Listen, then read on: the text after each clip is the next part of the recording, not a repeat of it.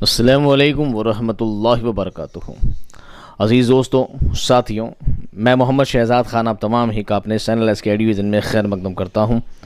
आप तमाम ही का तहे दिल से इस्तक़बाल करता हूँ और उम्मीद करता हूँ आप तमाम ही खैरियत से होंगे और खुश खुर्रम ज़िंदगी गुजार रहे होंगे। दोस्तों, आपके लिए ये भी उम्मीद करता हूँ कि आप तमाम ही का पेपर बहुत अच्छा गया होगा और इस उम्मीद को पुख्ता करने के लिए आपके सामने ये आंसर की पेश की जा रही है। ये 24 जुलाई 2022 को जो रीट का 4th शिफ्ट का जो पेपर हुआ है उसका ये फर्स्ट पेपर है। यानी जिन बच्चों ने, जिन स्टूडेंट्स ने, जिन कैंडिडेट्स ने ज़बान 1 चुना था, ये उनके लिए पेपर है। और आने में वक्त इसलिए लगा है क्योंकि कोशिश की गई है कि आपको ऑथेंटिक और सही जवाब आप तक पहुंचाए जाएं ताकि आप ऐन वक्त तक किसी परेशानी में मुब्तला ना रहें। इसलिए कोशिश की गई है कि सभी सवालों के जवाब बहुत ऑथेंटिक दिए जाएं। फिर भी उम्मीद तो मेरी यही है कि 30 के 30 सवालों के जवाब आपको बहुत ऑथेंटिक और बिल्कुल सही पहुंचाए जाएं। पर होता यही है कि एग्ज़ाम के आखिर तक इक्के दुक्के सवाल आरपीएस से आगे पीछे कर ही देती है, जो कि हमेशा होता आया है। बहरहाल हम उन बातों में, उन पचड़ों में नहीं पड़ेंगे और बिना वक्त ज़ाया किए पेपर को शुरू करेंगे। पेपर को शुरू करने से पहले यही कहूँगा, अगर आपके 30 सवाल सही हो जाते हैं, अगर आपके सवाल बहुत अच्छे हो रहे हैं, पेपर आपका बहुत बेहतर हुआ है, तो ये बात पक्की है कि आपको रीट की 3rd ग्रेड का एग्ज़ाम आपको देना होगा। ये सिर्फ एक पात्रता परीक्षा थी, एंट्रेंस एग्ज़ाम था। आपको पुख्ता करने के लिए, नौकरी को पाने के लिए आपको एक एग्ज़ाम और देना होगा, जिसका शायद जनवरी फरवरी में उसका अनाउंस हो चुका है।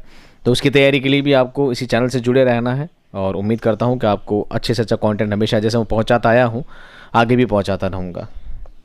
बहरहाल आप लोगों इसी से उम्मीद है कि आप लोग ये मोहब्बत का सिलसिला यूं ही बरकरार रखेंगे हमेशा की तरह। चलिए शुरू करते हैं हम आज का पेपर, जो कि 24 तारीख को 2nd शिफ्ट की लैंग्वेज फर्स्ट का जो पेपर है, बाब 2 ज़बान 1 उर्दू। इस सेक्शन में 30 सवाल हैं और 30 के 30 सवाल का जवाब आपको देने क्या है, लाजमी है, ज़रूरी है। आइए सवाल पढ़ते हैं। सवाल नंबर 31, हम रुतबा जुमले किसके ज़रिए से बाहम मिले होते हैं? हुरूफ अत्फ़, ताबे जुमले से, इम्कानी जुमले से या हकीकी जुमले से?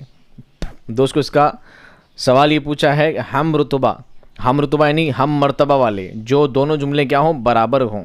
दोनों जुमले क्या हों, आपस में बराबर हों, एक दूसरे की बराबर की नौइयत रखते हों, और दोनों आपस में किसके ज़रिए से, उनके बीच में योजक चिन्ह क्या है, किसके ज़रिए से वो दोनों आपस में जुड़े हुए हैं, आपसे सिर्फ ये पूछा गया है।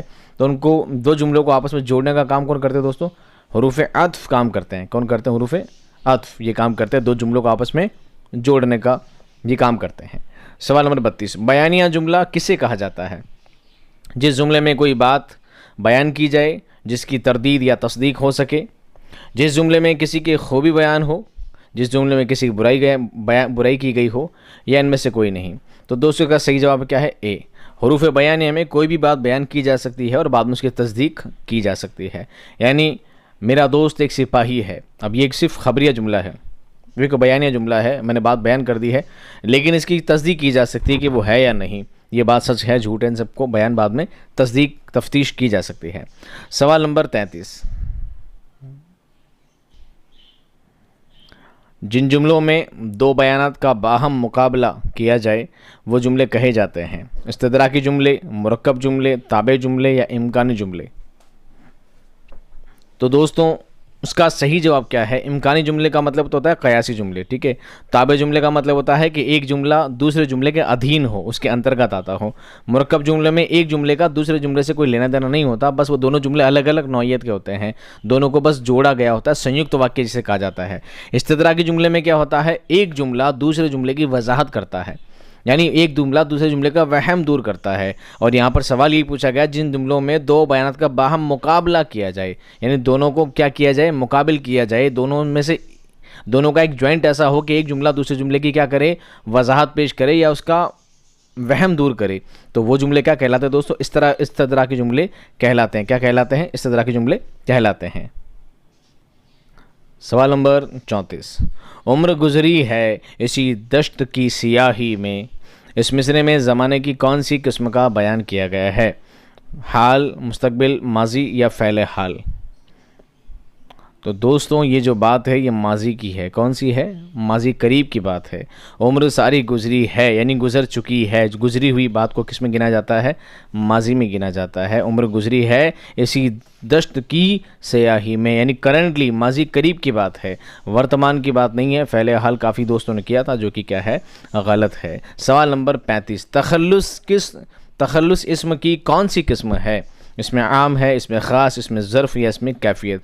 तो तखल्लुस जो है दोस्तों वो क्या है? इसमें ख़ास है, जिसे इसमें मारिफा भी कहा जाता है। सवाल नंबर 36, हम भी तस्लीम की खो डालेंगे, बेनियाजी तेरी आदत ही सही। इस शेर में ज़मीर की कौन सी किस्म इस्तेमाल हुई है? ज़मीर मौसूला, ज़मीर शख्सी, ज़मीर हाजिर या ज़मीर जमाए मुतकल्लिम। देखिए पहला लफ्ज़ क्या लिखा है? हम भी करेंगे। तो ज़मीर क्या हुआ? जब किसी इंसान का नाम नहीं आता है तो वहाँ पे क्या लगाते हैं? ज़मीर लगाते हैं। तो हम क्या है? अपना में ज़मीर है, तो ज़मीर तो इन चारों में है। तो मान लीजिए हम क्या है? ज़मीर है।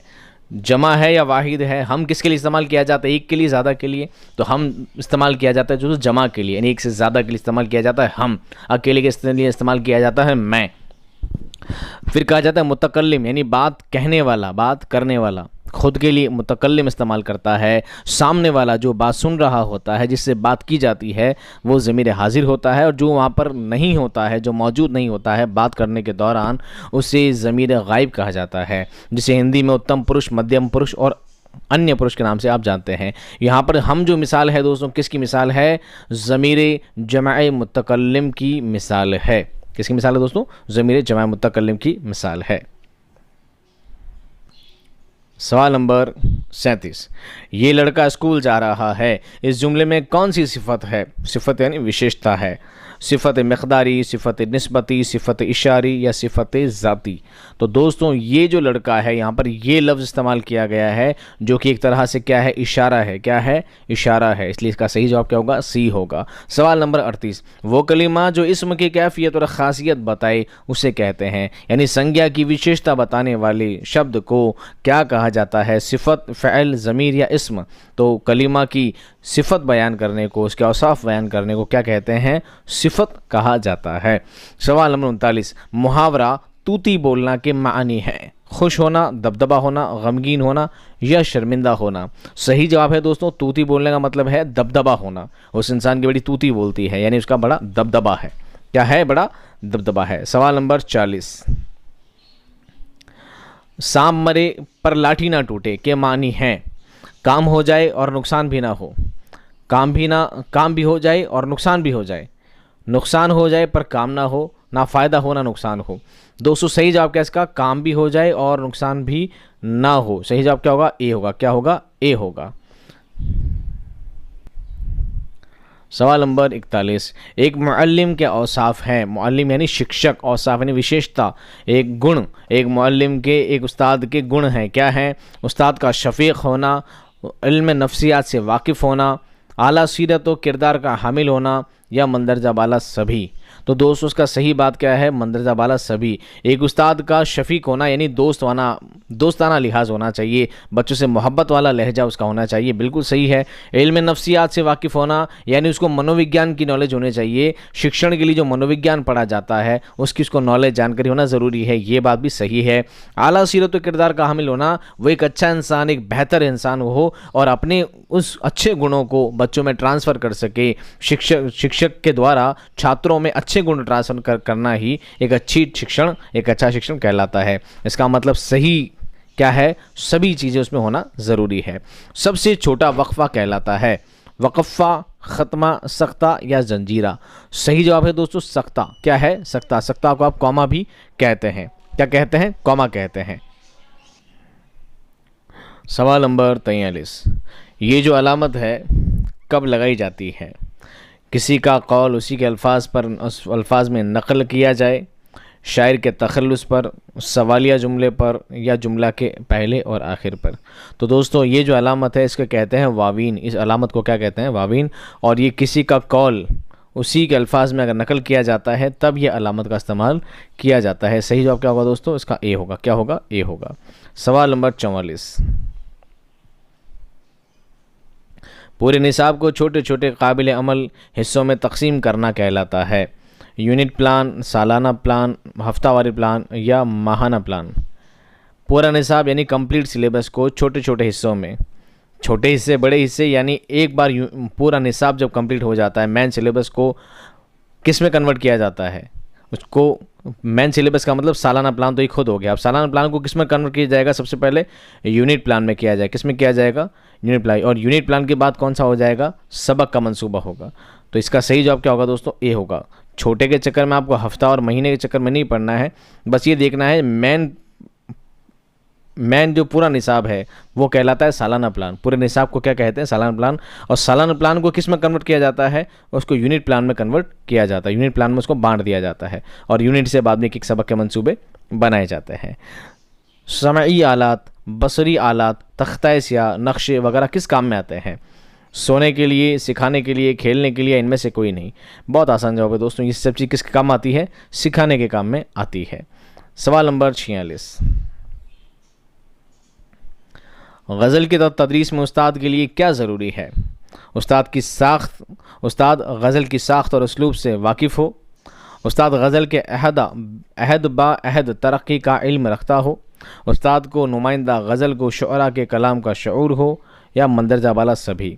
दोस्तों सही जवाब इसका सभी है। क्या है, सभी है। एक उस्ताद जब गज़ल पढ़ाने लगता है तो ज़रूरी है कि वह गज़ल की साख्त, उसलूब, बयान के बारे में जाने, गज़ल का आगाज़ और इर्तिका के बारे में जाने, और उस्ताद गज़ल को शुअरा, किन लोगों ने गज़लें लिखी है उनके बारे में उसको हल्की फुल्की और अच्छी खासी नॉलेज होना भी ज़रूरी है। तभी वो बच्चों को गज़ल से रोशनास करा पाएगा, बच्चों को उस चैप्टर में क्या करवा पाएगा, इंटरेस्टेड बना पाएगा। सवाल नंबर 47, अल्फाज की तरतीब के एतबार से कौन सा जुमला गलत है। अल्फाज आगे पीछे हैं और एक जुमला सही है, 3 गलत हैं। कौन से हैं, मैंने किताब पढ़ा, सही क्या होता है, मैंने किताब पढ़ी। काटने से कुत्ते के सबको डर लगता है, ये भी गलत है, कुत्ते के काटने से सबको डर लगता है। वो नया जयपुर से स्कूटर लाया, वो जयपुर से नया स्कूटर लाया, इसका मतलब सही जवाब क्या है दोस्तों, मंदरजा बाला सभी क्या हैं, गलत जुमले हैं। सवाल नंबर 48, मंदरजा झेल में से किस लफ्ज़ में वाव मादूला का इस्तेमाल हुआ है। वाव मादूला कौन सा होता है, एक होता है वाव मारूफ, एक होता है वाव मजहूल। वाव मारूफ खींच कर पढ़ा जाता है, वाव मजहूल धीरे पढ़ा जाता है, ज़्यादा खींचा नहीं जाता है। वाव मादूला कौन सा होता है, जिस वाव को लिखा जाता है पर पढ़ा ही नहीं जाता है, जैसे ख्वाब, जवाब, सवाब और सवाल। इन तीनों में वाव को पढ़ा जा रहा है, लेकिन ख्वाब में वाव को पढ़ा ही नहीं जा रहा है, ख्वाब नहीं होता है, क्या होता है, ख्वाब। क्या होता है, ख्वाब। सवाल नंबर 49, मंदरजा झेल में से कौन सा लफ्ज़ हरूफ शमसी है। हरूफ शमसी है, अज़ीमुश्शान, वल क़मर, अल इहराम, अल हराम, अख्तरुल ईमान। इन सभी में लाम को पढ़ा जा रहा है, लेकिन अज़ीमुश्शान में लाम को नहीं पढ़ा जा रहा। अज़ीमुल शान नहीं होता, अज़ीमुश्शान होता है। मर्ज़िया के मानी क्या हैं, दो दो किया हुआ, दो दो किया गया, दिलदार मगज़, मैयत पर रंज व गम का इजहार, हुस्न व इश्क की बात करना। सही जवाब क्या है दोस्तों, बहुत ईजी सवाल है। मैयत पर रंज व गम का जो तरीका है उसको बयान करना ही मर्सिया कहलाता है। अब जवाब दोस्तों आपके पैसेज से हैं, आप चाहे तो पैसेज पढ़ के जवाब दे सकते हैं और आप चाहे तो बिना पढ़े भी दे सकते हैं, अगर आप इतना इंटेलिजेंट है तो। सवाल नंबर 51, कोनेन किस बीमारी की दवा है, मलेरिया, ज़ुकाम, खांसी या पेट दर्द। सही जवाब है दोस्तों, ये लिखा है, ये मलेरिया जैसी खतरनाक बीमारी की दवा है। ठीक है, मलेरिया दिख गया। सही जवाब क्या है, ए। कोनेन किस पेड़ की छाल से तैयार की जाती है, बबूल, नीम, सिनकोना या पीपल। ये रहा, कोनेन की गोलियां सिनकोना पेड़ की छाल से बनाई जाती है। सही जवाब क्या होगा दोस्तों, सी। क्या होगा, सी। सवाल नंबर 53, लफ्ज़ जुनूबी के क्या मानी हैं, दक्षिणी, शुमाली, मगरिबी या मशरिकी। दिशाएं कितनी होती है, 4। सिमत कितनी होती है, 4। मशरिक, मगरिब, शुमाल और जुनूब।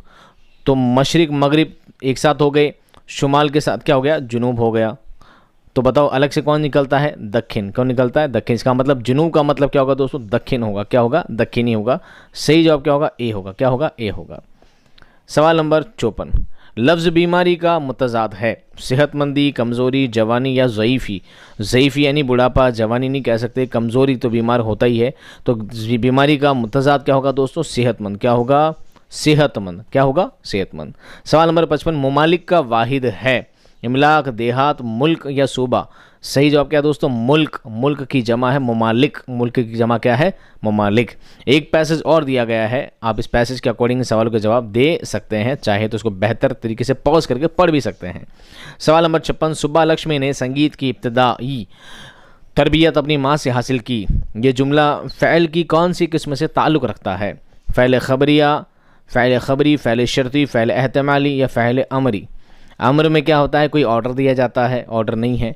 एहतमाल में किसी का शक दूर किया जाता है, वो भी नहीं है। शर्तिया में कोई शर्त रखी जाती है, वो भी नहीं है। बसा क्या है? फ़ैल ख़बरी। ये सिर्फ एक ख़बर है कि सुब्बा लक्ष्मी ने संगीत की इब्तदाई तरबियत अपनी माँ से हासिल की। ये सिर्फ क्या है? खबर है। सही जवाब क्या होगा दोस्तों? ए। क्या होगा? ए। सवाल नंबर 57, M.A. सुब्बा लक्ष्मी कर्नाटक संगीत की नुमाइंदा गुलकारा थी, यानी गायक थी। इस जुमले में फ़ैल की कौन सी किस्म है?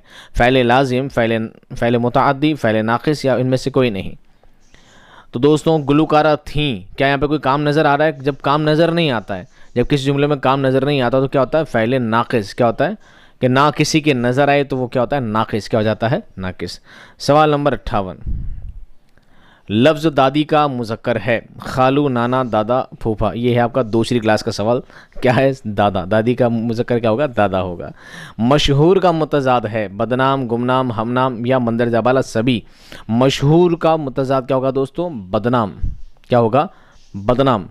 हमनाम और गुमनाम नहीं होगा, मशहूर का होता है बदनाम, जिसे प्रसिद्ध होता है। प्रसिद्ध का मतलब होता है मशहूर, यानी विख्यात और कुख्यात जिसे कहते हैं आप, ठीक है। तो मशहूर का क्या होगा? बदनाम। क्या होगा? बदनाम।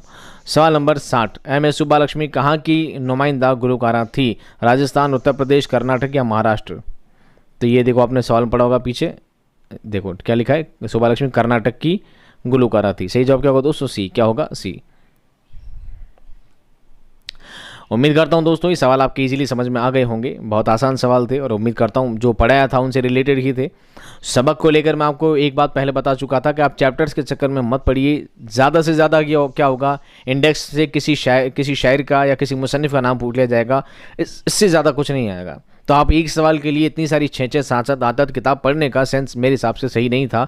इसलिए मैंने हमेशा कोशिश की, मैंने आपको किताबों पर फोकस नहीं किया, ग्रामेटिकल चीज़ों को लेकर ज़्यादा मैंने आपको फोकस किया। उम्मीद करता हूँ आपको मेरा कंटेंट बहुत पसंद आया होगा और आपके बहुत ज़्यादा काम आया होगा।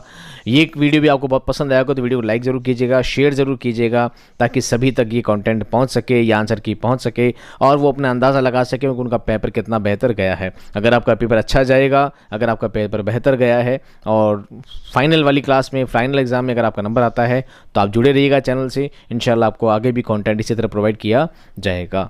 मैं मिलता हूं दोस्तों आपको नेक्स्ट वीडियो में एक शानदार कंटेंट और ज़बरदस्त क्लास के साथ। तब तक खुश रहिए, आबाद रहिए। खुदा हाफिज़।